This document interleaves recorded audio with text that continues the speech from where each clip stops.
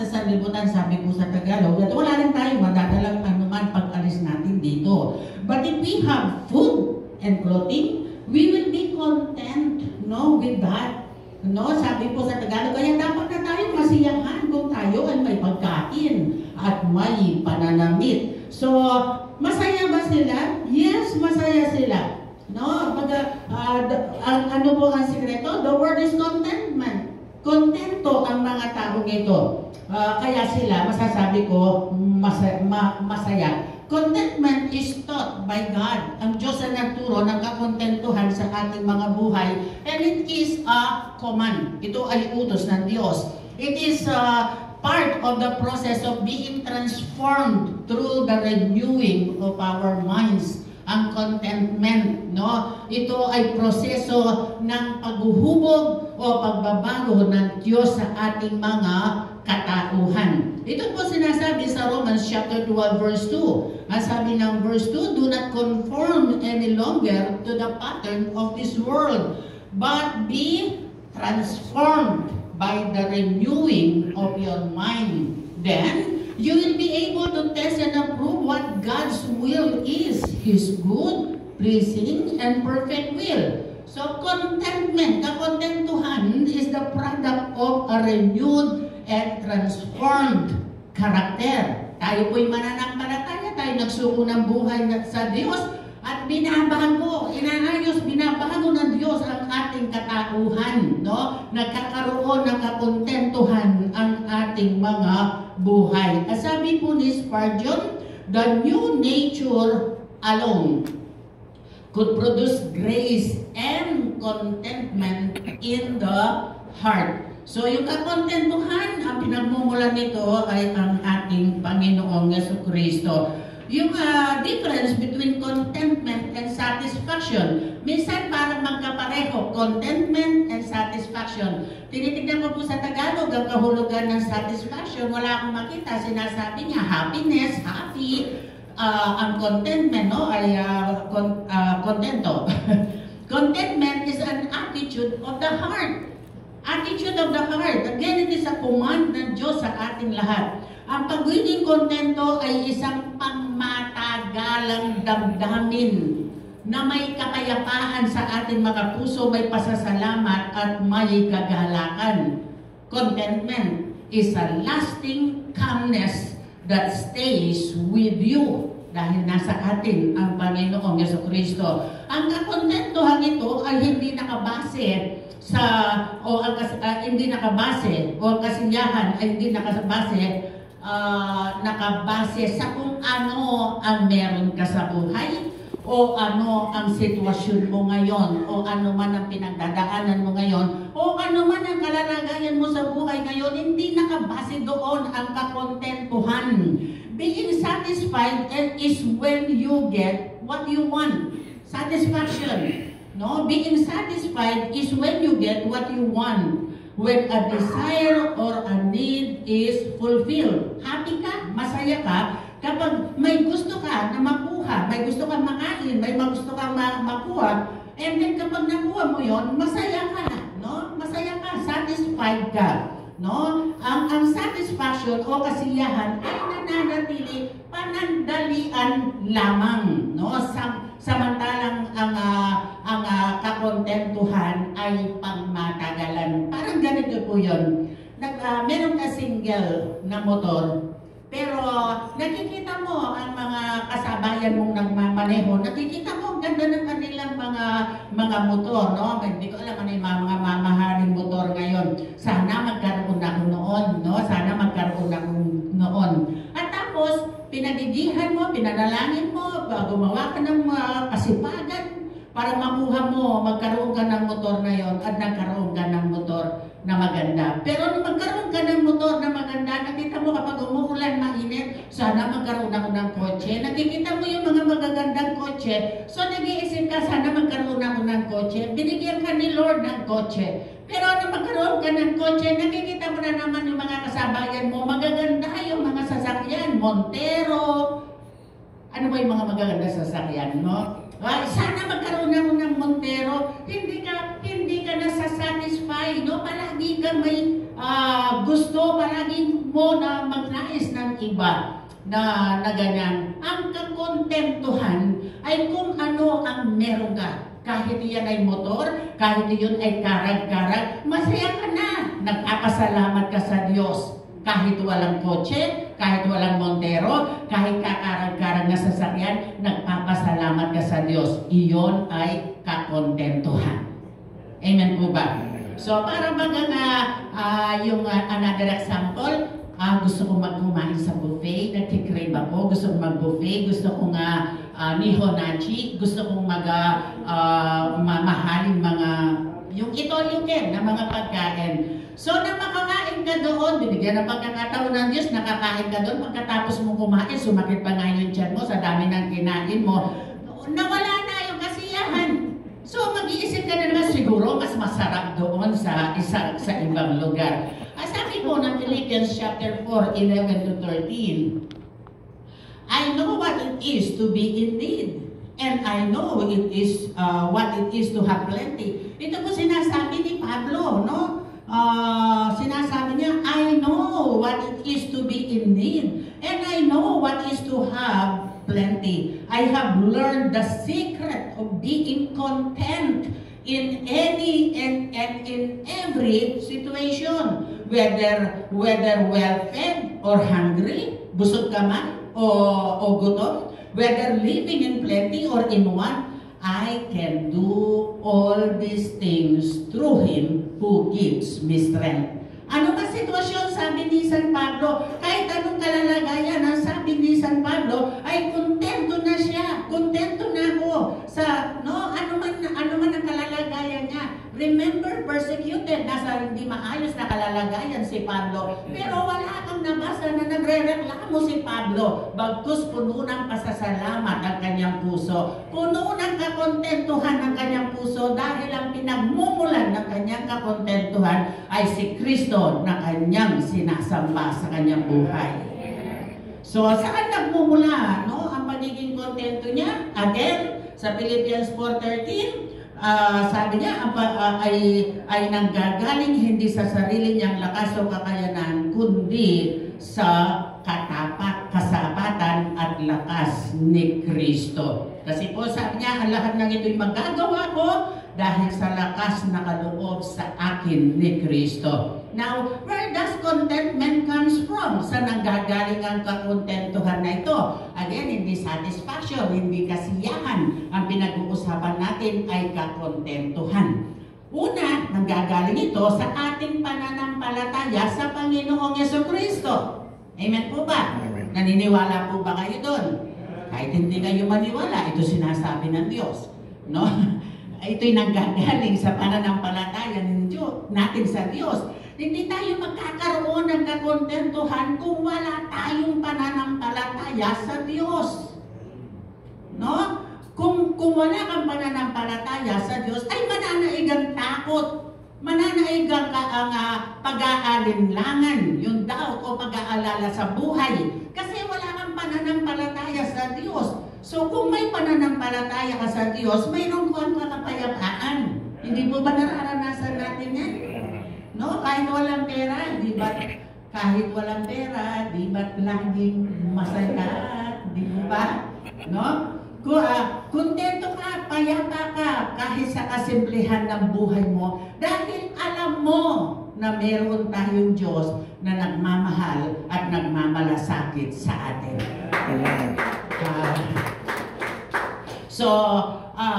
Ang ating, kapag meron tayong pananampalataya sa Diyos, again, walang pag-aalinlangan, walang doubt. Alam nyo, isa sa pinaka-epektibong gamit o sandata ni Satanas laban sa ating mga Kristiyano ay ang mga tanong na lumalabas sa ating mga bibig na, what if? Paano? Paano? Nandoon na yung takot eh. Nandoon na yung kawalan ng pananampalataya. Paano kung mawalan ako ng trabaho? Paano kung bumagsak ang negosyo? Paano kung bumagsak ang ekonomiya ng bansa? Paano kung magkaroon ng giyera? Paano kung magkasakit ako? Paano? Ang daming paano kung paano. Kaya pumapasok ang takot sa ating mga puso. Kasi wala tayong nawawala yung pananampalataya natin sa Diyos? Yes! Tama lang na pag-isipan o pagandaan ang mga bagay na darating. Ngunit kapag takot na at worry na ang namamayani sa ating mga puso, mahirap na maranasan ang kakontentuhan, ang kapayapaan sa ating mga puso. Amen. So, sa buhay kasi natin ay nagkukulang tayo ng pagtitiwala sa Kanya. Agad kasi tayong nananangan sa ating mga sariling kakayanan. Kapag may problema, anong gagawin ko, itong gagawin ko. Agad natin iniisip, lalapitan ko si brother, lalapitan ko. Ang dali mong iniisip, no? Nag-iisip tayo, nananangan tayo sa ating mga sariling kakayanan o pera o impluwensya ng tao. Ang iniisip natin agad, nalalapitan na yung mga may kaya sa buhay na ating mga kapatiran. Iniisip ng tao, kapag marami na akong pera, magiging masaya na ako. Kapag marami akong pera, magiging masaya na ako. No, my dear friends. Gusto ko, pag nakaipon ako ng 100,000, masaya na ako. Nagkaroon ka na ng 100,000, hindi ka pa rin hihinto doon. Sana maging 200,000. Sana maging 300,000. Kapag narating mo na yun, sana 1,000,000. Walang kasiyahan ng puso natin kung walang pananampalataya sa Diyos. Hindi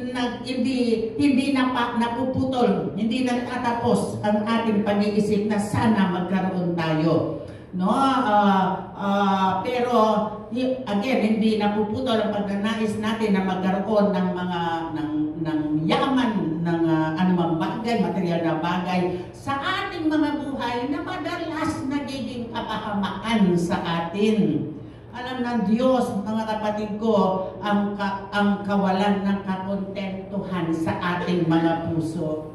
Sana hindi gano'n na makita ng Diyos sa atin.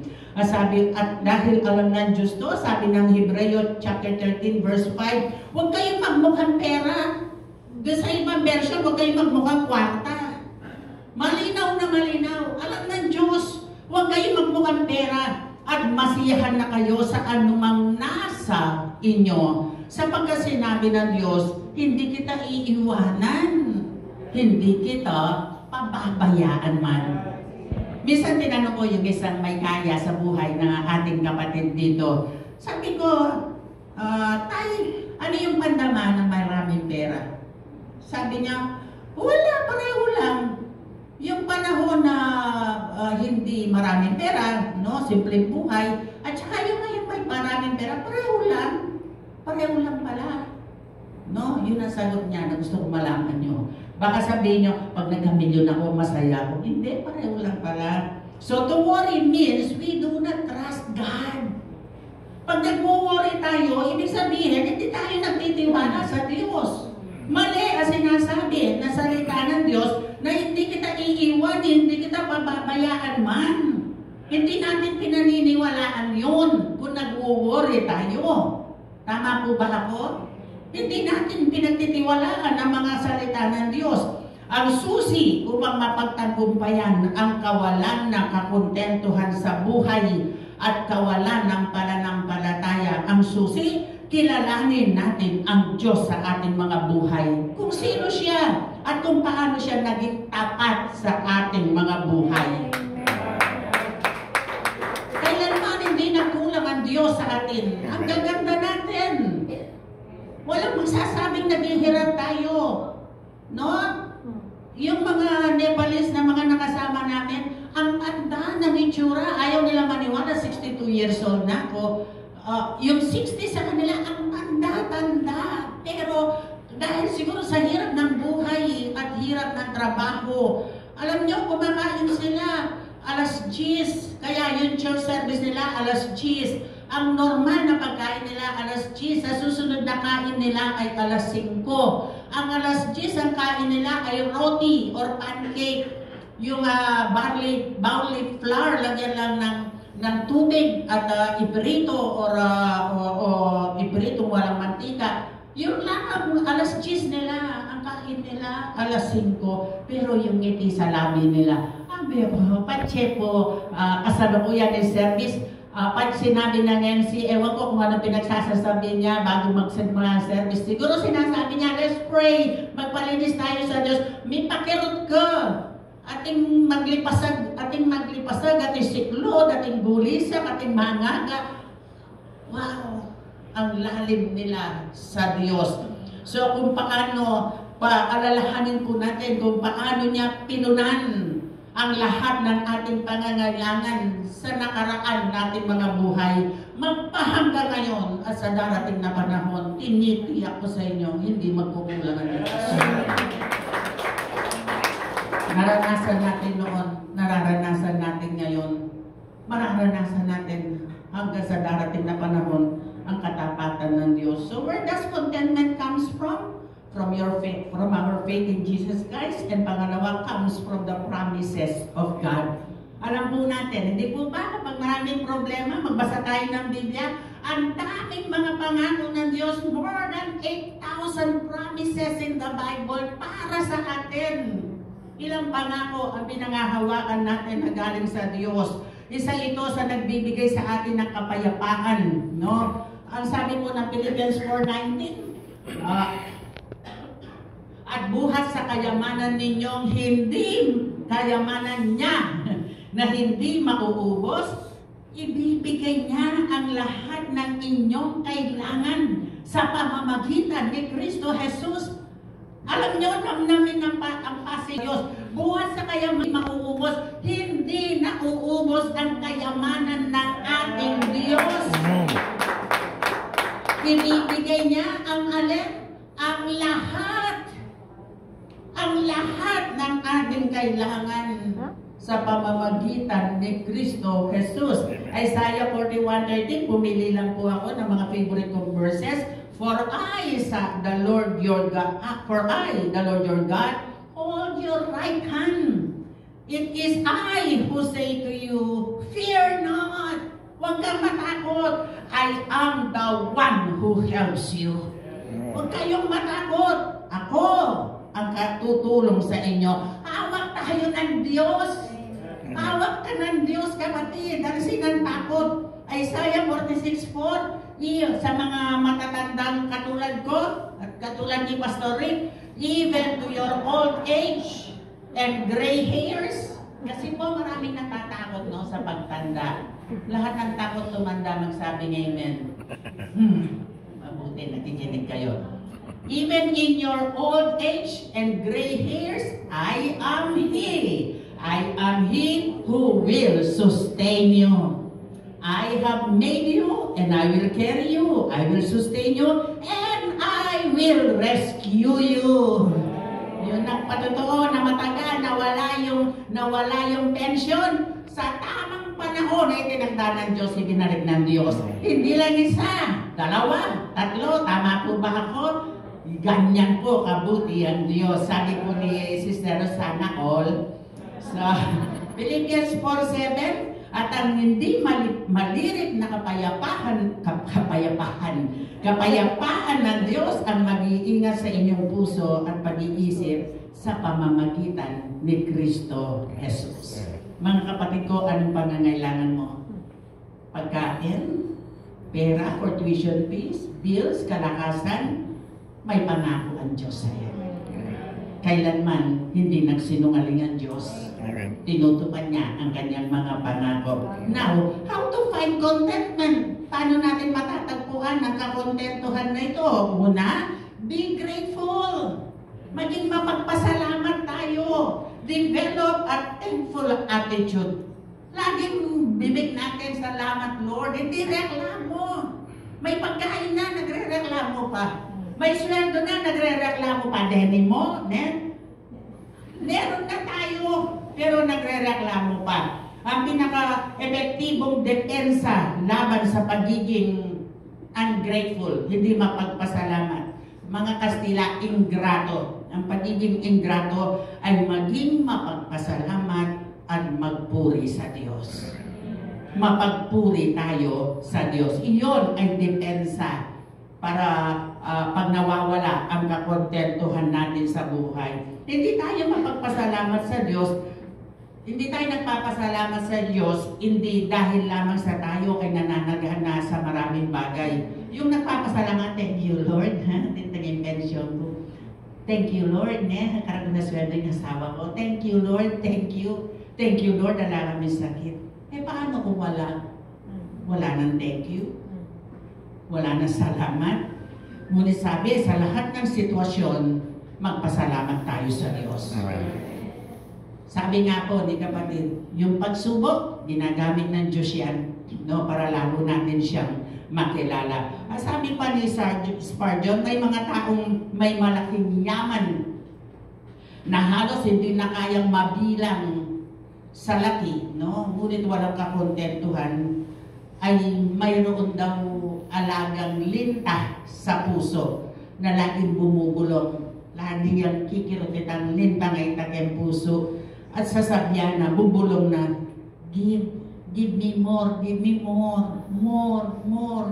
Atin na ka more, hindi na more, di na ka million, more. Pag may nagtanong, buti pa si kapatid, pinagpapala, makmukeng niya nilalabas. Dumineta mo kayo din. Makmukeng niya nilalabas. Kasi puri mo din na naman. Kasi puri mo din man. Ganyan ang tao na gusto, more.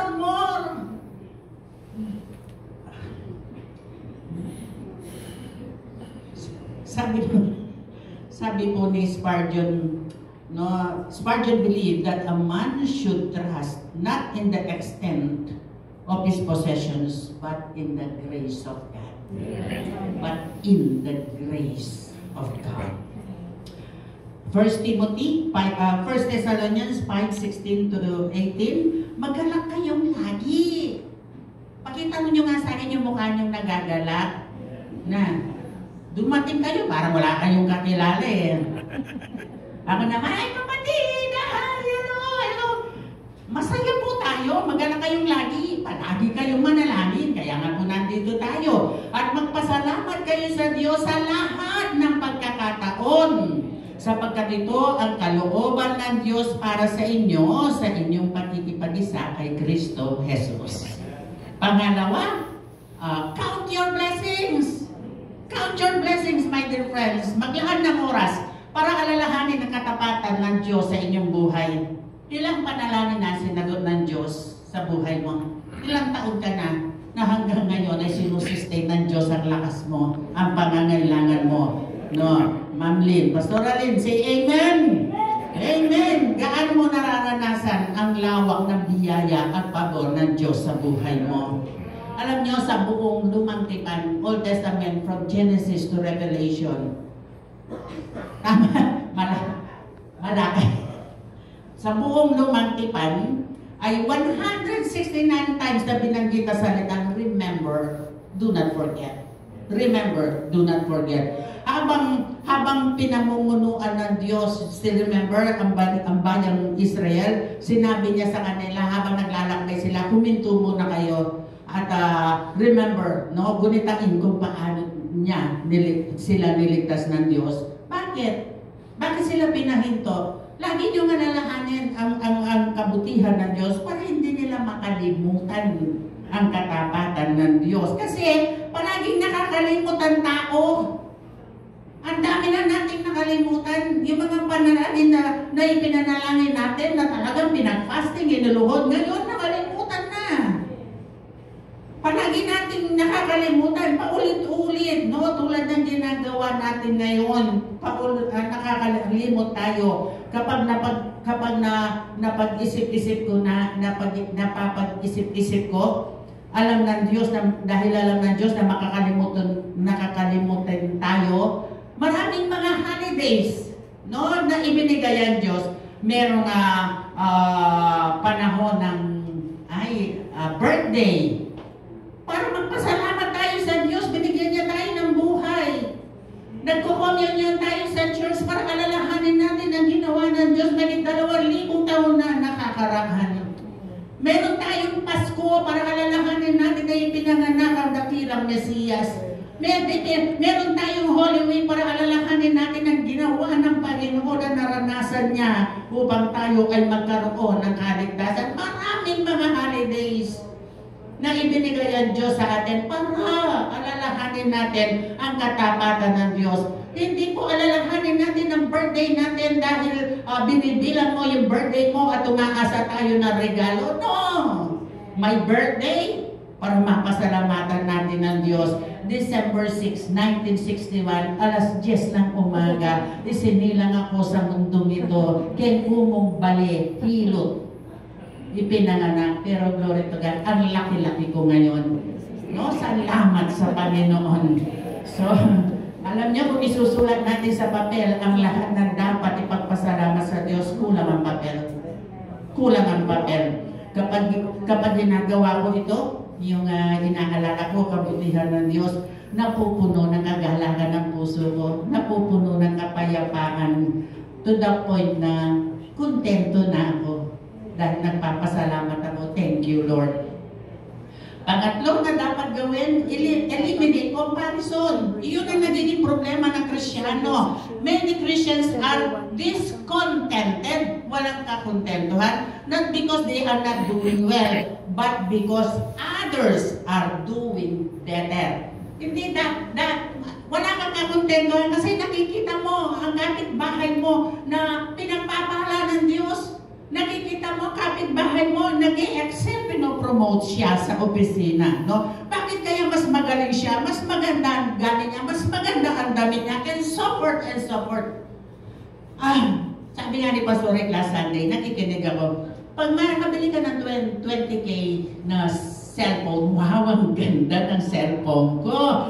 Pinupunasan mo yan, no? Lagi mong pinupunasan, ang ganda. Thank you, Lord, masaya ka. No, nakontento. Pero pag nakita mo yung cellphone, ng katabi mo, iPhone ba o iPhone? Halagang 50 mil. Aba, parang bigla ka nawalan na saya sa cellphone mo. Na dati naman, ang ganda-ganda. No, okay na okay yung cellphone mo, pero nang makita mo, ang ganda na cellphone ng katabi mo, nawala yung saya mo. Hindi yung kakontentuhan. No, mga kapatid ko, huwag pahintulutan si Satanas na tuksuhin tayo na ikumpara natin ang ating sarili sa iba. No? Huwag po. Ang mga tao kasi sa halip na masiyahan at pasalamatan ng Diyos kung ano ang meron sila at maging kontento kung ano ang pagpapalang meron sila, nawawala ang kakontentuhan kasi tumitingin tayo sa pagpapala ng iba. Dati kontento na tayo sa 14 inches, black and white. Ne? Abi ako man, manalakyan ko pa mo, busbusyan mo talagang manalbi ako kay siping mimbali. Sabi ko, sana may ka-TV kami, Nung magka-TV kami, wow, praise God. Aba, nung magkaroon ng 24 inches yung katabi, parang maganda yun sa kanya. Lalo na lumitaw yung 32 flat screen TV. Kapag naging pang 56, hindi ka tayo nakukontento.